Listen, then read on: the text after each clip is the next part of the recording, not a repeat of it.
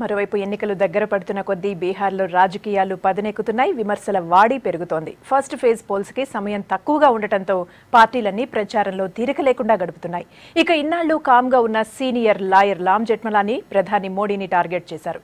మోడీ తనను మోసం చేశారని ఆరోపించారు.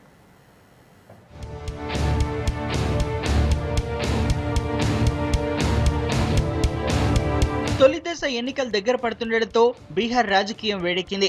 ఎన్డీఏ మహాకూటమి నేతలు విమర్శల డోస్ పెంచారు. బీహార్ సీఎం నితీష్ కుమార్ పై దండెత్తారు. బీజేపీ జాతీయ అధ్యక్షుడు అమిత్ షా కటిహార్, ముజాఫర్పూర్ ర్యాలీల్లో పాల్గొన్న అమిత్ షా 12 లక్షల కోట్ల అవినీతితో కాంగ్రెస్ 15 ఏళ్ల జంగిల్ రాజుతో ఉన్న ఆర్జేడీలను మోస్తూ నితీష్ రాష్ట్రాన్ని ఎలా అభివృద్ధి చేస్తారని ప్రశ్నించారు.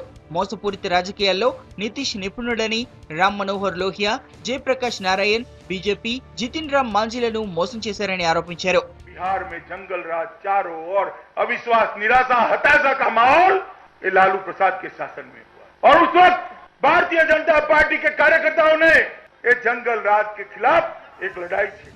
అమిత్ షా విమర్శలకు కౌంటర్ ఇచ్చారు. JDU chief Sharad Yadav BJP ప్రచారాన్ని ప్రజలు నమ్మరన్నారు. ऐसा है ना विकास, देश की गरीबी, बिहार की गरीबी, ये तो मुद्दे हैं नहीं उनके, इसलिए इस तरह की बातें वो करते हैं जिससे धार्मिक आधार पर बंटवारा हो.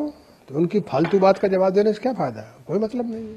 ఇక సీమాంచల్లో పోటీ చేస్తున్న ఎంఐఎం ప్రచారంలో దూసుకెళ్తోంది. కిషన్గంజ్ లో ఆ పార్టీ నేత అక్బరుద్దీన్ ఓవైసీ ప్రచారం చేశారు.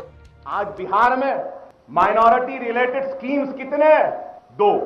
गवर्नमेंट ऑफ इंडिया के स्कीम्स और 2.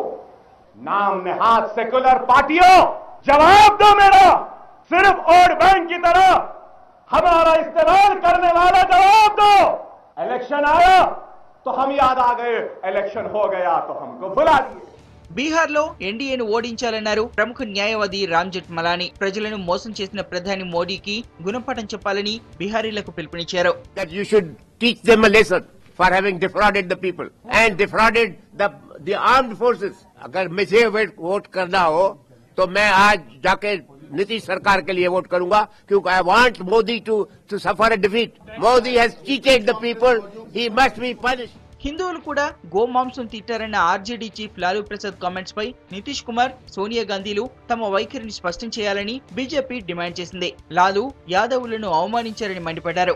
ఇక కేంద్ర మంత్రులు సుష్మా స్వరాజ్, జేపీ నడ్డా, పీయూష్ గోయల్ కూడా ప్రచారంలో పాల్గొన్నారు.